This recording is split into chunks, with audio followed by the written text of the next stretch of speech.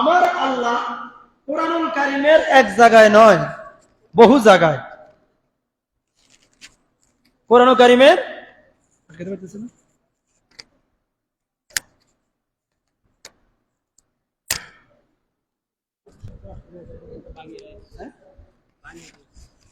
দুরূদ পড়ে, সালাতুন ইয়া রাসূলুল্লাহ আলাইকুম সালামুন ইয়া হাবিব, সালাতুন ইয়া রাসূলুল্লাহ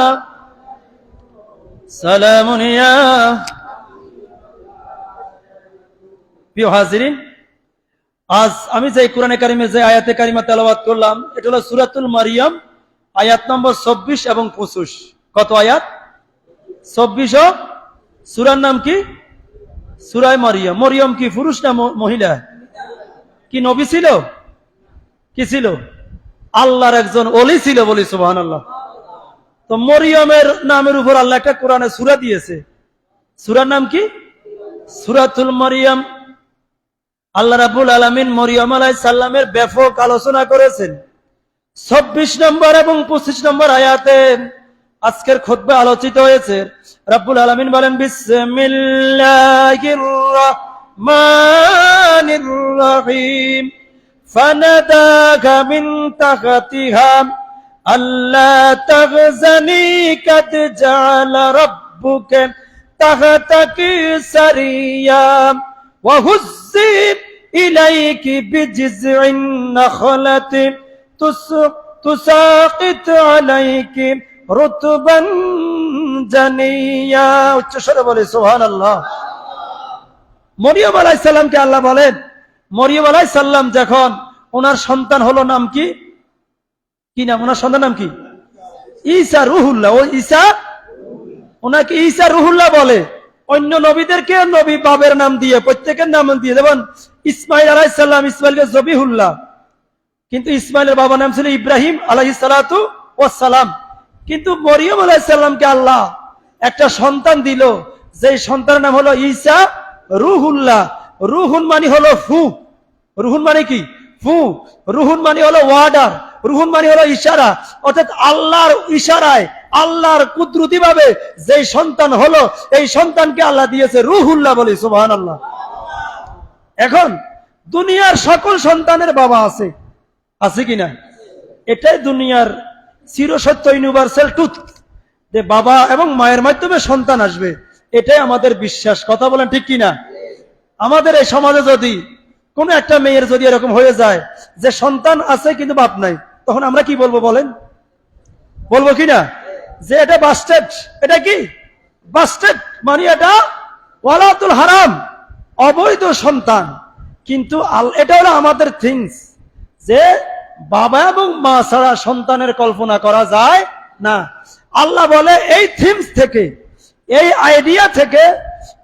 আইডিয়া থেকে মানব জাতিকে সরানোর জন্য আমি আমার আল্লাহর একটা কুদরত দেখাবো, যে এই কুদরতের মাধ্যমে প্রমাণ করে দিব যে বাবা ছাড়াও আমি আল্লাহ সন্তান দিতে পারি, বলি সুবহানাল্লাহ। আল্লাহ পারে কিনা? না পারে না? যেই পারে বিদায়, না হলে তো আমরা এই থিমস থেকে লড়তাম না। আমরা সারা জীবনে বিশ্বাসী থাকতাম যে বাবাও লাগবে, মাও।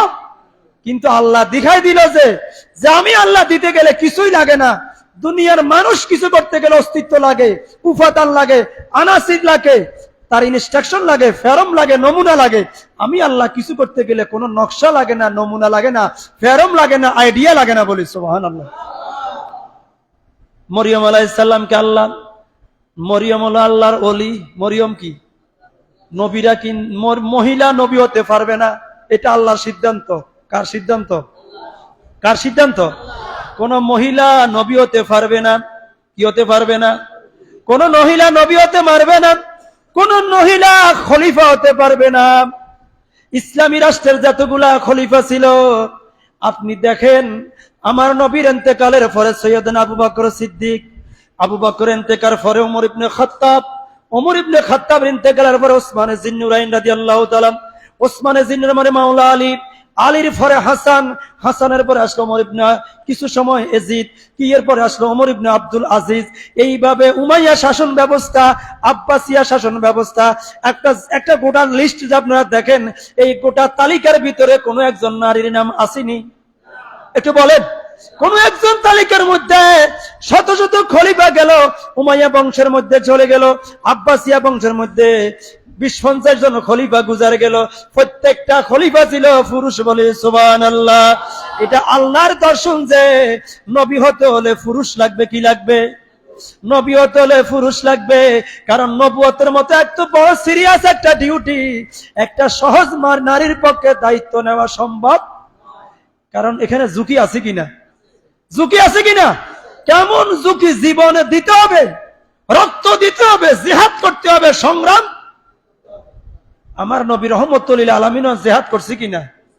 কয় জায়গায়? 27টা যুদ্ধে সশরীরে অংশগ্রহণ করেছে। বলি সুবহানাল্লাহ। তাহলে নবী এই দায়িত্ব কি মহিলা পারবে? সম্ভব?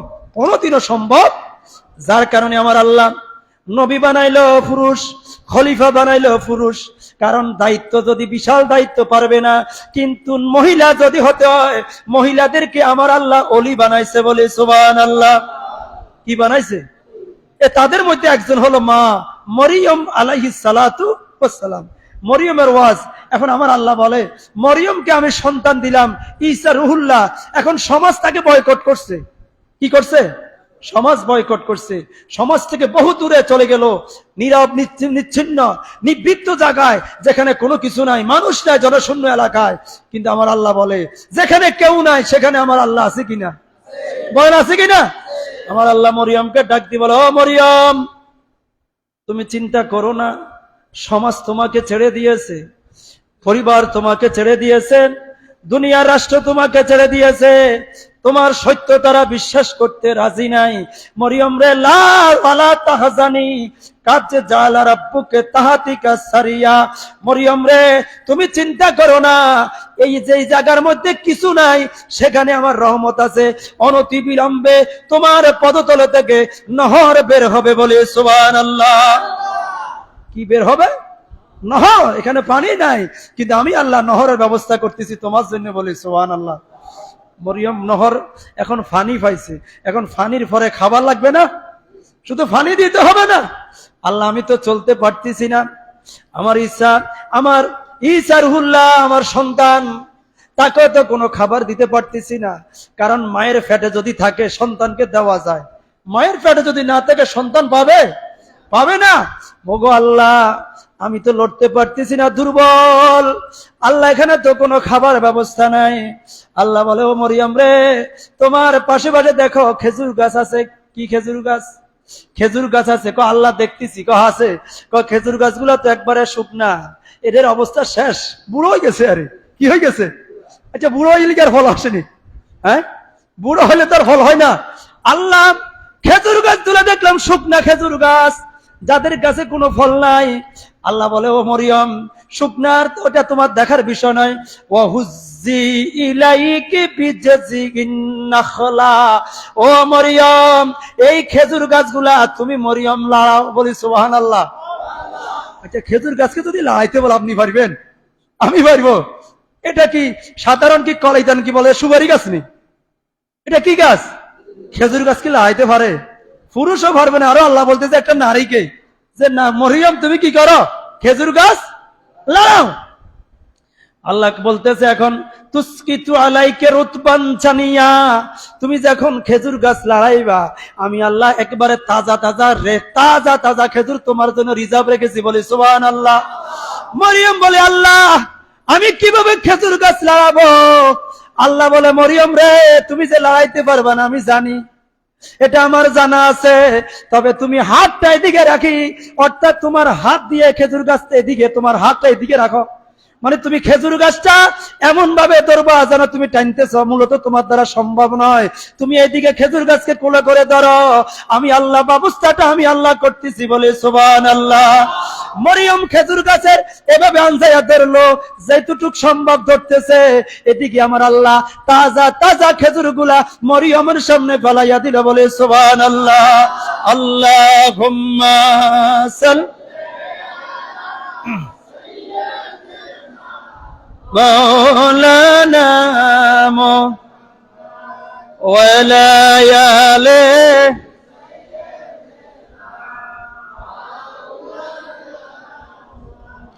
মহব্বতে বলি আলহামদুলিল্লাহ। এই যে ঘটনা বলতেছি এটা কিচ্ছা কাহিনী না কোরআন শরীফে আছে? তাইলে অলিদের কথা কোরআনে আছে কিনা? এই যে মরিয়মের কথা গোটা সূরা তো নাম দিয়েছে বিশাল ওয়াকিয়া, যে মরিয়ম আল্লাহর ওলি ছিল। কি ছিল? নবী নয়, কি ছিল? ওলি ছিল, আল্লাহর একজন প্রিয় বান্দিনী ছিল। কিন্তু আল্লাহ তার বন্দিনীর পক্ষে কাজ করার জন্য এমন কিছু ঘটনা ঘটাইছে যেটা আল্লাহ বলে, আমি আমার যাদেরকে আমি আমার প্রিয় বানাই, যাদেরকে আমি আমার রঙে রঙিন বানাই, যাদেরকে আমি ভালোবাসি, তারা যা চায় আমি তা করি। বলি সুবহানাল্লাহ। না হলে দেখেন মরিয়মকে আল্লাহ রেডিমেড খাবারের ব্যবস্থা করে দিল, মরিয়মের জন্য নহরের ব্যবস্থা করে দিল, এবং মরিয়মের পবিত্রতা বর্ণনা করে দেওয়ার জন্য আল্লাহ বলে ঈসা যখন কয়েকদিন পর আবার এলাকায় গেল, এলাকার মানুষ তার সাথে তো বিভিন্ন গল্প, অনেক অনেক কথাবার্তা, কত রকমের কুৎসা বলতেছে, মরিয়ম কোনো কথা শুনতেছে না। মরিয়মকে বলছে যে আল্লাহ বলছে তুমি 3 দিন পর্যন্ত কথা বলবা না। কয়দিন? 3 দিন তুমি শুনবা, জবাব দিবা না। কি দিবা না? জবাব দিবা না। ইল্লা রমজা, তবে ইশারা বলবা। কি করবা? ইশারায়। ঈসা আলাইহিস সালামকে যখন নিয়ে গেল, দেখেন আল্লাহর কুদরত দেখাইতেছে। মরিয়মের ব্যাপারে তারা অনেক বাজে কমেন্ট করতেছে, মরিয়ম কোনো কথা বলতেছে না। মরিয়ম শুধু একটা কথা বলতেছে যে আমার ব্যাপারে যে তোমরা ইলজাম দিতেছ, যে অপবাদ দিতেছ, আমি কিন্তু পুত পবিত্র। লামিয়ামাসসুহু বাশারা, পৃথিবীর কোন পুরুষ আমাকে স্পর্শ করতে পারেনি। বলি সুবহানাল্লাহ। আমাকে দুনিয়ার কোন পুরুষ কি করতে পারেনি? টাচ করতে পারেনি। অতএব তোমরা আমার ব্যাপারে ভ্রান্ত কথা বলতেছো। দুনিয়ার কোন পুরুষও তো আমাকে স্পর্শ করতে পারেনি। তখন বলে, তিনি ইশারা করলো ছেলের দিকে, যে আমি সঠিক না ব্যাঠিক? আমি কি সঠিক না ব্যাঠিক? আমি কি অন্যায় করছি না ন্যায়ের পক্ষে আছি? আমি সত্য না মিথ্যায় আছি? আমার জবাবটা আমার এই শিশু সন্তান দিয়ে দিবে। বলি সুবহানাল্লাহ। দুনিয়ার কোন শিশু কথা বলে না, কিন্তু আল্লাহর কুদরত। কার কুদরত এটা? আল্লাহর কুদরত আল্লাহ দেখাবে। কুদরতটা কার? সন্তান দিয়েছে কে? তাহলে প্রমাণটা দিবে কে? আল্লাহ। আল্লাহ ইশারা করছে, তখন মরিয়ম ইশারা করে, বাবা তুমি কথা বলো। তখন ওই সন্তানের মুখ দিয়ে কথা বলল, ইন্নী আব্দুল্লাহ আতানিয়াল কিতাবা। উচ্চ স্বরে বলি সুবহানাল্লাহ। এ দুনিয়ার মানুষেরা, তোমরা আমার মা সম্পর্কে বাজে কমেন্ট করতেছো, সাবধান। আমার পরিচয় ইন্নী আব্দুল্লাহ, আমি আল্লাহর বান্দা এবং আল্লাহর রাসূল। বলি সুবহানাল্লাহ। শুধু বান্দা পরিচয় শেষ নয়, এবং আল্লাহর রাসূল। দুধ পুষ্য সন্তান, যে সন্তান মায়ের দুধ পান করতেছে, সে নিজেকে রসুল দাবি করতেছে। বলি সুবহানাল্লাহ। মরিয়মের সন্তান যদি মায়ের দুধ পান করা অবস্থায় নিজেকে রসুল দাবি করে, রহমতুল লিল আলামিন কি 40 বছর বয়সে নবী না সৃষ্টির আগে নবী? দেখেন কোথায় আমরা, আমাদের চিন্তা শক্তি কোথায় গেল? মরিয়মের সন্তান বলতেছে, দুধের শিশু, যে আমি আল্লাহর বেটা, আল্লাহর বান্দা। ইন্নী আব্দুল্লাহ, আল্লাহর বান্দা। আতানিয়াল কিতাবা, আমাকে আল্লাহ কিতাবও দিয়েছে। বলি সুবহানাল্লাহ। সেই কিতাবের নাম হলো ইনজিল শরীফ। কি শরীফ? আমাকে কিতাব দিয়েছে। যিনি কিতাব পায় তিনি রসুল। তিনি কি? উনি মায়ের দুধ পান করতেছে, উনি বলতেছে আমি রসুল। আর এদেশের মুফতি মুফাসসির বলতেছে নবী নাকি 40 বছর পরে নবী হয়েছে। বলি নাউজুবিল্লাহ। এটা কি কোনো বিবেকে সাপোর্ট করবে? এটা সুস্থ মস্তিষ্কে কথা মানার বিষয় নয়, যে ঈসা আলাইহিস সালাম যদি মায়ের দুনিয়াতে আসার পরে নবী এবং রাসূল দাবি করতে পারে, যিনি রহমতুল লিল আলামিন, যাকে সৃষ্টি না করলে ঈসা নবীও দুনিয়াতে আসতো না, যাকে সৃষ্টি না করলে মরিয়মও দুনিয়াতে আসতো না, যার কারণে গোটা জাহান, তাকে সৃষ্টি না করলে কিছু হতো না, উনি কিভাবে 40 বছর নবী হয়? এটা তোমার জ্ঞানের অভাব। তোমার জ্ঞানের ভিতরে, সফটওয়্যারের ভিতরে এমন এক সমস্যা যে তুমি তোমার চোখের মধ্যে, তোমার ব্রেনের ভিতরে নবীর স্থানটা এখনো পরিপূর্ণ দিতে পারলে বিদায় তোমার কাছে বুঝে আসে না। কিন্তু আমার নবী তখনও নবী যখন আল্লাহ ছাড়া কেউ ছিল না। বলি সুবহানাল্লাহ। কথা বলেন ঠিক কি না?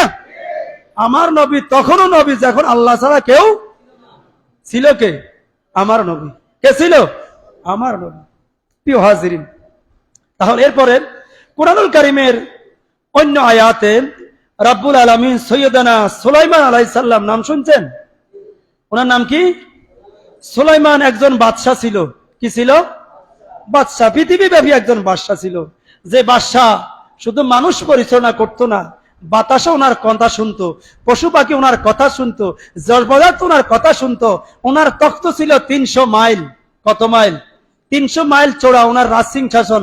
বাতাসকে বলতো মুহূর্তের ভিতরে পৃথিবীর পূর্ব থেকে পশ্চিমে নিয়ে যেতে। বলি সুবহানাল্লাহ। এখন সুলাইমান আলাইহিস সালামের রাজদরবারে যে আমরা যে বিভিন্ন রাজদরবারে স্টেজে সামিয়ানা দিই না, কি দি? বিভিন্ন জলসায় সামিয়ানা হয়তো উপরে তেরফাল দেওয়া হয়। সুলাইমান আলাইহিস সালামের রাজদরবারের সামিয়ানা দিত আকাশের পাখিরা। কারা? আকাশের পাখিরা দানাগুলো এমন ভাবে বিছাইয়া দিত, মনে হইতো যে এটা একটা সামিয়ানা হয়ে গেছে। বলি সুবহানাল্লাহ। এখন সুলাইমান আলাইহিস সালাম রাজদরবারে মিটিং রাখলো, মিটিং চলতেছে, হঠাৎ করে দেখতেছে সামিয়ানার এক জায়গায় ফাঁকা। সামিয়ানা এক জায়গায় কি কি রে, ঘটনা কি? এ জায়গায় ছিদ্র দেখা যায় কেন? এটা তো পুরা ছিল। ঘটনাটি গ্যাপ কেন? দেখেন কেমন বাদশা, ফাঁকির পর্যন্ত তদারকি করতেছে, ফাঁকিদের তদারকি। তো এখানে কে নাই? কোন ফাঁকি নাই?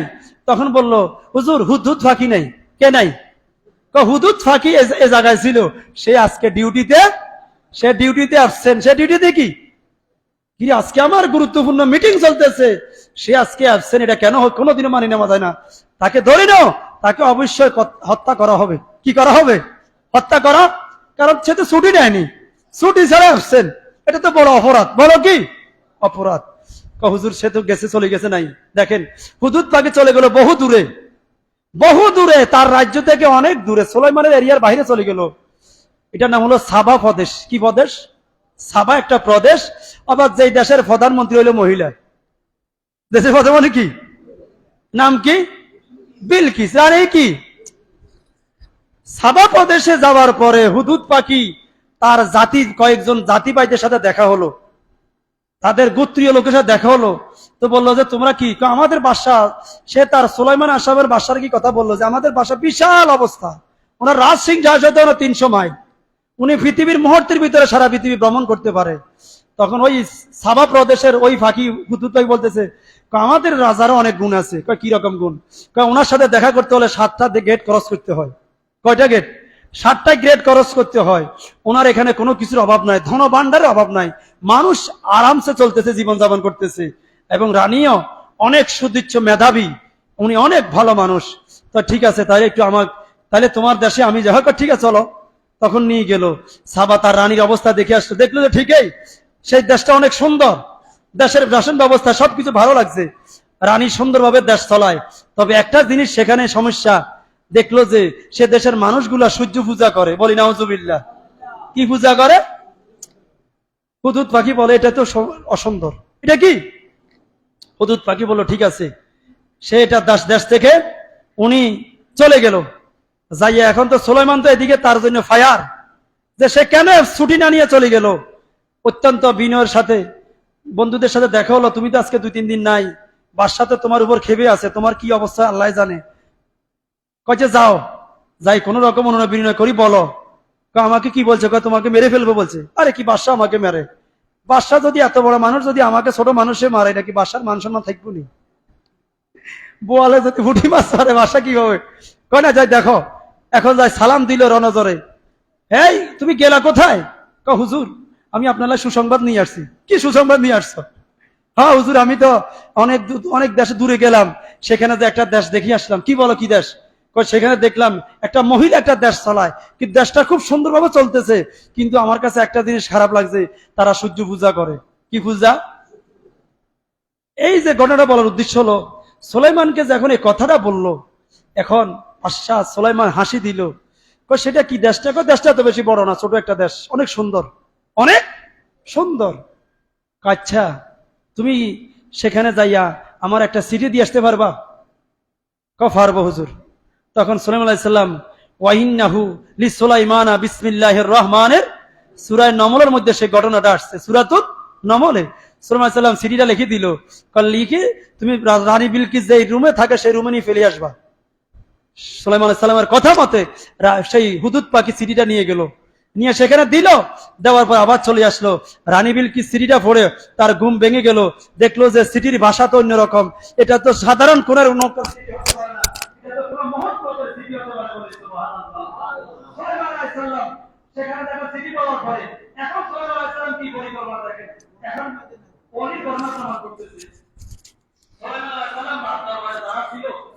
তাদেরকে এখন প্রশ্ন করলো যে তোমাদের মধ্যে কে আছো, তোমাদের মধ্যে কে আছো যে অমুক জায়গায় সাবা নামক একটা দেশ আছে, কি দেশ আছে? সাবা।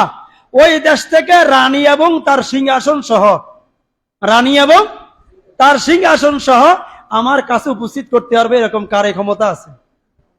বলেন সুবহানাল্লাহ। সুলাইমান আলাইহিস সালাম কোরআনুল কারীমে কথাটা আসছেন, আলা ইয়া আইয়ুহাল মালাকু আইয়ুকুম ইয়াতিনি বিআরশিহা ক্বাবলা আন ইয়াতুনি মুসলিমিন ক্বালা ইফরিতু মিনাল জিন্নি আনা আতিকা বিহি ক্বাবলা আন তাকুমা মিন মাকামিক। উচ্চ স্বরে বলি সুবহানাল্লাহ। সেখানে সুলাইমান আলাইহিস সালামের একজন জিন ছিল, ইফরিতু মিনাল জিন। একজন জিন বলতেছে হুজুর আমি পারবো, আমি তো কি রকম সময় দিতে হবে? আপনার মজলিসের অনুষ্ঠান শেষ হওয়ার পর্যন্ত, অর্থাৎ মজলিস সমাপ্ত হওয়ার আগে, মিটিং সমাপ্ত হওয়ার আগে আমি আপনাকে রানী সিংহাসনে সেই সিংহাসন এনে দিতে পারবো। বলি সুবহানাল্লাহ। এখন সুলাইমান আলাইহিস সালাম বললেন ইন্নী আলাইহি লাকাবিয়ুন আমিন। সুলাইমান আলাইহিস সালাম বলেন না না, আরো কম সময়, তখন আরো কম সময়। কয় কি রকম? তখন তাদের মধ্যে একজন ছিল, ক্বালাল্লাযী ইনদাহু ইলমুন মিনাল কিতাব আনা আতিকা বিহি ক্বাবলা আন ইয়ারতাদ্দা ইলাইকা তারফুকা ফালাম্মা রাআ মুস্তাকান ইনদাহু ক্বালা হাযা মিন ফাদলি রাব্বি। উচ্চ স্বরে বলে সুবহানাল্লাহ। এখন একজন লোক বলছে, ওই যে লোকটা বলতেছে, আরেকটা লোক দাঁড়িয়ে বলে হুজুর আমি পারবো। কি রকম? আমি পারবো। আপনি যে আমরা চোখের ফলক আছে না, একটা চোখের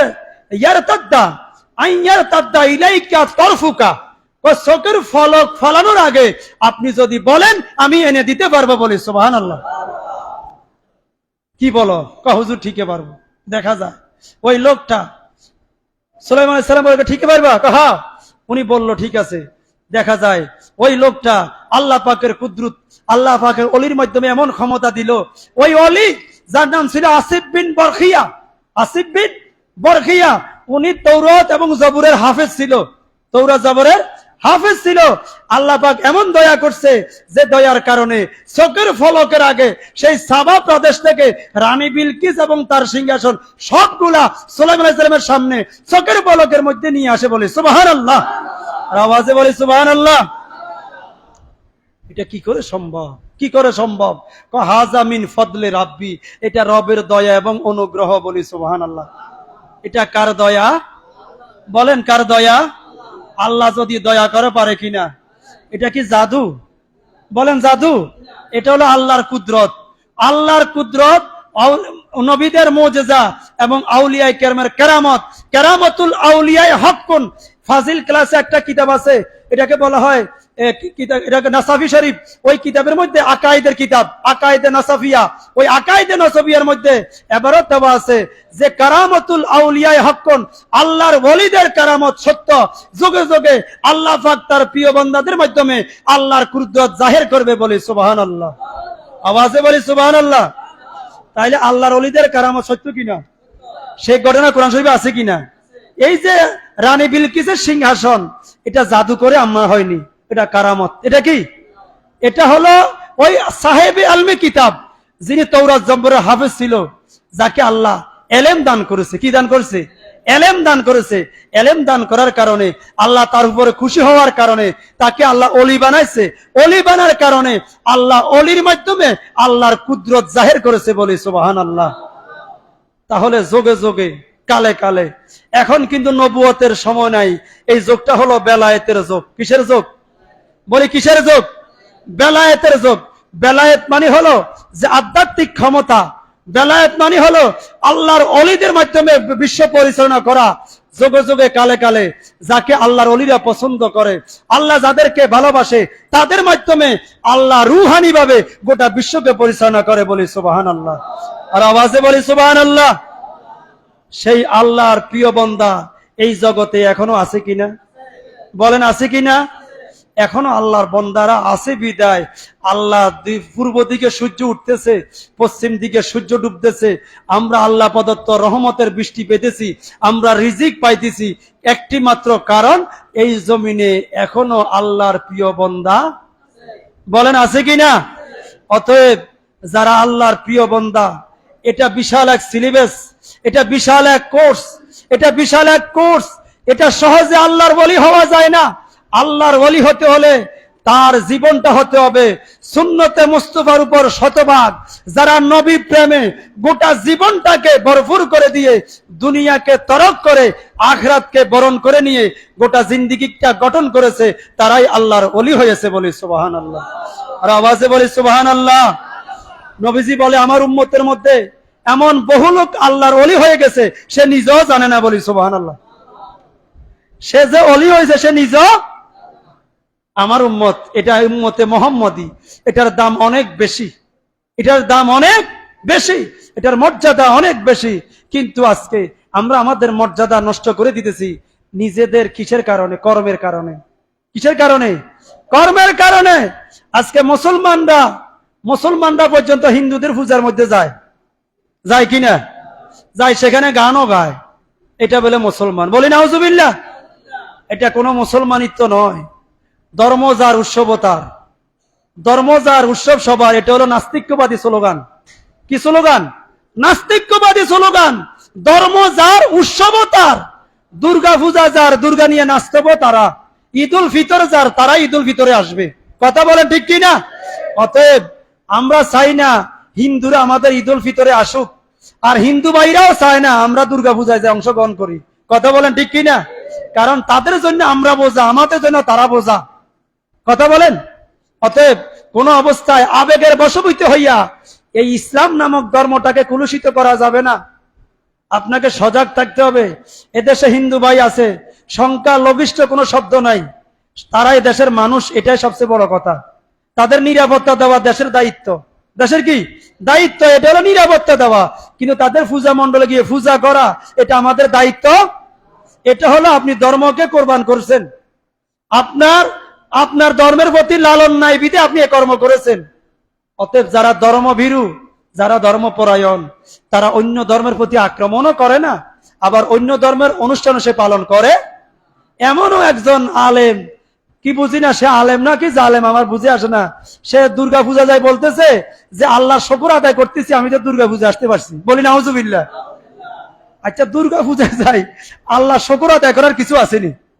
হ্যাঁ, এটা কি রহমতের জায়গা না গজবের জায়গা? বলেন রহমত না গজব? তো গজবের যাই যদি বলেন আল্লাহ শুকর, তাহলে আল্লাহ কি আপনার ইমান আছে না নাই? বলেন ইমান আসেনি নাই? ইমান দিয়ে কোন দিক থেকে সাথে নিজে বইতো না নিজে। অতএব ইসলামকে নিয়ে হাসি তামাশা করা যাবে না, ইসলামকে নিয়ে ঠাট্টা করা যাবে না। এদেশে ইসলাম আনছে আউলিয়ায়ে কেরাম, এদেশ শাহজালালের পূর্ণভূমি, আমানত শাহর পূর্ণভূমি, শাহ মুকদুমের পূর্ণভূমি, খান জাহান আলীর পূর্ণভূমি। এদেশে লক্ষ লক্ষ আউলিয়ায়ে কেরাম মসজিদ, মাদ্রাসা, খানকা, মক্তব কায়েম করেছে। এদেশের মানুষ ধর্মকে লালন করে, ধর্মকে পালন করে। অতএব ধর্মকে বাদ দিয়ে এদেশের মানুষ কোনো কিছু করতে রাজি। কথা বলেন ঠিক কিনা? এদেশের মানুষ ধর্ম হলো আগে, আর সবকিছু পরে, আর সবকিছু কি পরে। অতএব আমরা আমাদের ধর্মকে কোন অবস্থায় বিসর্জন দেওয়া যাবে না। আল্লাহ পাক আমাদের সকলকে সজাগ মুসলমান, জাগ্রত মুসলমান, অনুভূতিওয়ালা মুসলমান হওয়া তৌফিক দান করে সকলে বলি আমিন। আউলিয়ায়ে কেরাম আমাদেরকে শিক্ষা দিয়েছে আল্লাহ এবং রসুলের দামান ধরতে হবে, কোন অবস্থায় ফরজ তরক করা যাবে না, সুন্নতকে মাইনাস করা যাবে না। আল্লাহ এবং রসুলের হুকুম মতে যেমন জীবন যাপন করবেন, আপনি যে ওলি হয়ে গেছেন আপনি নিজেও বুঝতে পারবেন না। বলি সুবহানাল্লাহ। অতএব আল্লাহ পাক আমাদের সকলকে নবী আলাইহিস সালামের দর্শন মতে জীবন গঠন করার, দৈনিক 5 ওয়াক্ত নামাজ সঠিক সময় সঠিক মতে সমমতে আদায় করার আল্লাহ যেন তৌফিক দেয়। সকলে বলি আমিন। ওয়া মা তৌফিক ইল্লা বিল্লাহ। আসসালামু আলাইকুম ওয়া রাহমাতুল্লাহ। যারা সুন্নাত পড়ে সুন্নাত পড়েন।